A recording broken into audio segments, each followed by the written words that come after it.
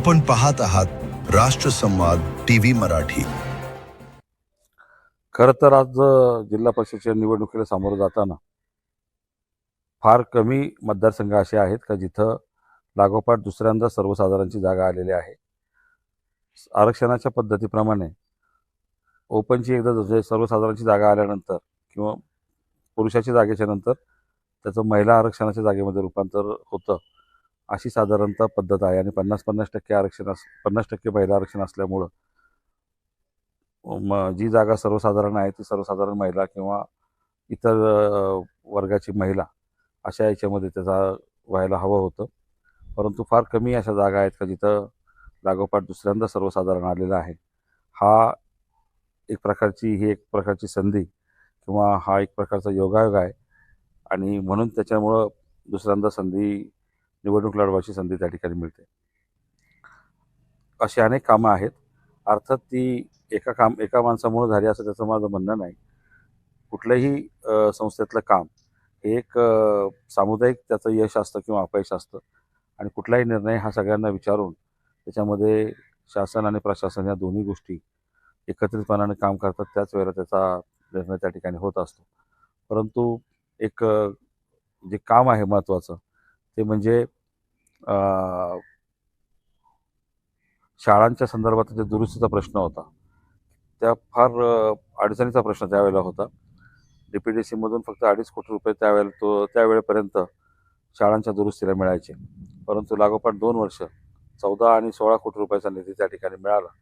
आणि सर्व शिक्षा अभियान, ज्याचं नाव नंतर बदललं गेलं, समग्र शिक्षा अभियान झालं, त्यामधून देखील केंद्रातून मोठ्या प्रमाणामध्ये पैसे त्या ठिकाणी आले. याचा मला सर्वात जास्त आनंद आहे. आणि याचा पाठपुरावा अगदी केंद्र स्तरापर्यंत करण्याचा प्रयत्न आम्ही त्या ठिकाणी केला होता. घराणेशाहीचा आरोप केला जातो, हे खरं तर परिस्थिती तशी नाही.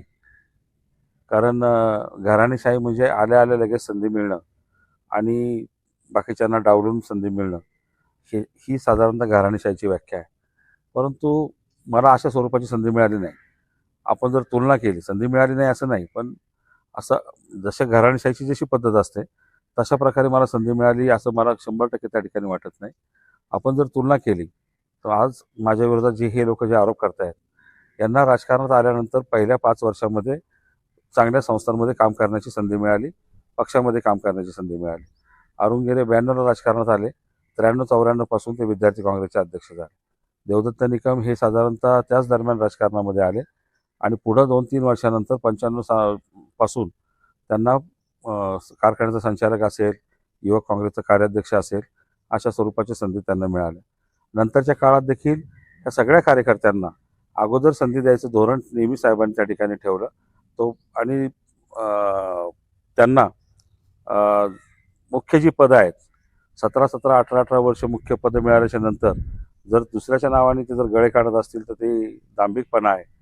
मी 2004 सालापासून सक्रिय राजकारणामध्ये काम करायला सुरुवात केली. 2007 साली 3 वर्षाच्या नंतर युवक काँग्रेसचा अध्यक्ष किंवा खरेदी संघाचा अध्यक्ष असं दोन्ही एकाच वर्षी त्या ठिकाणी मिळालं. परंतु त्या दोन्ही गोष्टी एक संघटनात्मक पद होतं आणि एक अशी संस्था होती की ज्याच्यामध्ये फारशी चुरस त्या ठिकाणी नव्हती किंवा कोणाची संधी डावलून मला मिळेल अशी परिस्थिती त्या ठिकाणी नव्हती. त्याच्यामुळं घराणेशाहीचा आरोप हा तसा फार बालिशपणाचा आरोप आहे. ज्यांनी आजपर्यंत पदं उपभोगली आणि त्याचा वापर केला, तर नंतरच्या काळामध्ये जर ही मंडळी सोडून गेली तर मग संस्था, निवडणुका, पक्ष हा काय त्यांच्याबरोबर आपण वाहून द्यायचा का, सोडून द्यायचा का, हाही प्रश्न त्याच्यामध्ये आहे. वळसे पाटील आडनावाचा एक अभिमान मला निश्चित त्या ठिकाणी आहे. आमच्या आजोबांपासून हे आडनावाच्या संदर्भामध्ये जिल्ह्यात त्याची ओळख एका वेगळ्या कारणानं, म्हणजे चांगल्या कारणानं त्या ठिकाणी झालेली आहे. आणि त्यांनी त्यांच्या कार्यकाळामध्ये कधी नावाला काही अपवाद येईल किंवा नावाची काही बदनामी होईल अशा स्वरूपाचं काम कधी केलं नाही. आमदार दिलीपरावजी वळसे पाटील गेले 40 वर्ष सक्रिय राजकारणामध्ये आहेत. त्यांच्यावर कधी अशा स्वरूपाचे आरोप झाले नाही की ज्याच्यामुळं नाव खराब होईल. आणि त्याच्यामुळं नावाचं अभिमानासोबत अपेक्षांचं ओझंही त्याच्यामध्ये आहे. परंतु नुसत्या नावावर माणसाला फार फार तर एकदा संधी मिळू शकते. जेव्हा त्यांना सतत राजकारणामध्ये आता जवळपास 20 वर्ष मी पण ह्या संघटनेमध्ये आणि समाजामध्ये काम करतोय. याच्यानंतर जर काही संधी मिळत असेल, यश मिळत असेल, तर ते नुसतं आडनावावर नाही मिळू शकत. राजकारणात मी मगाशी सांगितल्याप्रमाणे मी तुम्हाला सगळ्यांचा आलेख देऊ शकतो. माझ्यापेक्षा जास्त लवकर संधी इतर लोकांना मिळाली, त्याची मी किमान अर्धा डझन लोकांची यादी देऊ शकतो, जी वळसे पाटलांमुळे मिळाली. जेवढं शक्य आहे तेवढं काम करतोय. वळसे पाटलांची पॉवर असं नाही, वळसे पाटलांची पॉवर सेंटर हा कार्यकर्ता आहे. साहेब नेहमी म्हणतात की कार्यकर्त्यांना दिलेला शब्द देखील पक्षांना दिलेला शब्द आहे असं समजायचं, मी दिलेला शब्द आहे असं समजायचं आणि तशा स्वरूपाचं काम त्या ठिकाणी करायचं. आता याला जर कोणी पॉवर वापरणं म्हणत असेल तर त्याला काय उत्तर देणार? माझ्या बाबतीमध्ये आजपर्यंत साहेबांनी असं कधी सांगितलं नाही की याचा अमक्या अमक्याचा फोन आला म्हणजे स्वतः वळसे पाटलांचा फोन आला असं समजून तुम्ही काम करा. इतकी पॉवर साहेबांनी दुसऱ्या कोणाला तरी दिली होती. तुम्ही ज्याला कोणाला दिली त्याला विचारा, दिली होती की नव्हती दिली. अशी इतकी पॉवर अजून त्यांनी मला दिलेली नाही. निधी वाटपामधून राजकारण केलं जातं हा आरोप मला तितकासा योग्य वाटत नाही. कारण या जिल्ह्यामध्ये मी ज्यावेळेला काम करत होतो त्यावेळेला स्वर्गीय अजितदादा असतील, वळसे पाटील साहेब असतील, सुप्रियाताई असतील, या सगळ्यांचंच लक्ष या सगळ्या कामाकडे होतं आणि प्रत्येकजण आपापल्या विभागामध्ये चांगली कामं व्हावीत यासाठी प्रयत्नशील असायचं. आणि म्हणून थोडं त्याच्यामध्ये सत्ताधारी आणि विरोधक हे तिथं तसं जर पाहिलं तर तिथं अतिशय खेळीमेळीच्या वातावरणात त्या ठिकाणचं कामकाज चालतं. कारण प्रत्येकाला जवळपास माहिती असतं की पुढचं आरक्षण वेगळं येणार आहे. त्याच्यामुळं फार त्याच्यामध्ये राजकारणाचा भाग त्या ठिकाणी येत नाही आणि निधीवरून राजकारण करण्याइतकी परिस्थिती नाही. कारण आपली जिल्हा परिषद ही देशातली 1 नंबरची जिल्हा परिषद आहे. निधीच्या बाबतीमध्ये निधी भरपूर मोठ्या प्रमाणामध्ये येतो. त्यामुळं निधीचं राजकारण करायची वेळ त्या ठिकाणी कधी येत नाही. योगायोगानं मला माझे सहकारी पण खूप चांगले समजदार त्या ठिकाणी मिळाले आणि म्हणून अध्यक्ष असतील, इतर पदाधिकारी असतील किंवा विरोधी पक्षात काम करणारे देखील अनेक अनुभवी नेते मंडळी होत्या. त्या सगळ्यांच्या माध्यमातून निधीच्या बाबतीमध्ये कधी त्या ठिकाणी वादविवाद किंवा राजकारण झालं असं मला त्या ठिकाणी वाटत नाही. राजकारणात आलो म्हणून चुकीचं वाटत नाही किंवा पश्चाताप होत नाही. परंतु काही गोष्टी जेव्हा राजकारणात चुकीच्या घडतात त्यावेळेला त्याचा निश्चित त्या ठिकाणी खेद वाटतो. राजकारण हे एक समाजकारणाचा एक भाग आहे. परंतु आता राजकारण ते समाजकारणावर कधी कधी इतक्या मोठ्या प्रमाणामध्ये वरचढ चढतं की मूळ हेतू माणसाच्या कामाचा हा बाजूला ठेवला जातो आणि नुसता आरोप प्रत्यारोप प्रसिद्धी याच्या पाठीमागं लोक जास्त त्या ठिकाणी पळताना पाहतात. अशा वेळेला एखाद्या माणसाचं कार्यकर्तृत्व समजून न घेता त्याच्यावर खोटेनाटे आरोप केले तर मग मात्र थोडंसं वाईट त्या ठिकाणी वाटतं किंवा व्यक्तिगत आरोप केले गेले तर मग त्या ठिकाणी वाईट वाटतं. नाही, भीती नाही. मला पाठिंबा अतिशय चांगल्या पद्धतीने मिळतोय. सगळ्या मतदारांचं आणि जनतेचं प्रेम आहे. कार्यकर्ते अतिशय जोमानं त्या ठिकाणी कामाला लागलेले आहेत. त्याच्यामुळं भीती वाटत नाही.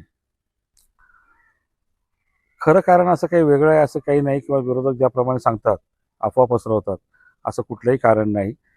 साहेबांची तब्येत बरी नाही आहे. साहेब मुंबईला आहेत आणि त्यामुळं पूर्वा असेल, काकी असतील त्या तिकडं थोड्याशा त्यांची काळजी घेण्याच्यासाठी त्या ठिकाणी थांबल्यात आणि म्हणून त्या ठिकाणी आले नाहीत. दुसरं त्याला कारण असं आहे की पक्षाचं अध्यक्ष अजितदादा यांचं जे एका दुर्दैवी घटनेमध्ये निधन झालं त्याच्यानंतर पक्षाने निर्णय घेतला की मोठ्या सभा, रॅली हे कुठल्याही प्रकारचा प्रचारामध्ये करायचं नाही. फक्त पत्रकं वाटायची, लोकांना भेटायचं आणि त्याच्या माध्यमातून आपला प्रचार त्या ठिकाणी करायचा. आता अशा प्रचार करण्यासाठी साहेबांनी घरोघरी हिंडावं अशी जर विरोधकांची अपेक्षा असेल तर त्याला आता ते अतिशय हास्यास्पद त्या ठिकाणी आहे. आणि दुसरं त्याचं काही वेगळं काही घडलंय किंवा काही कुटुंबात काही प्रॉब्लेम आहे अशा अपेक्षेनं जर कोणी काही जरा मनात मांडी खात असेल तर त्यांचं त्यांना लक्षात. आणि या संदर्भात अजून एक गोष्ट आहे की त्याच्या आधी साहेब दर वर्षीप्रमाणे किंवा नेहमी निवडणूक लागल्यानंतर साहेब आमच्या 4 गावची बैठक या ठिकाणी घेत असतात आणि ती बैठक साहेबांनी या ठिकाणी घेतलेली आहे.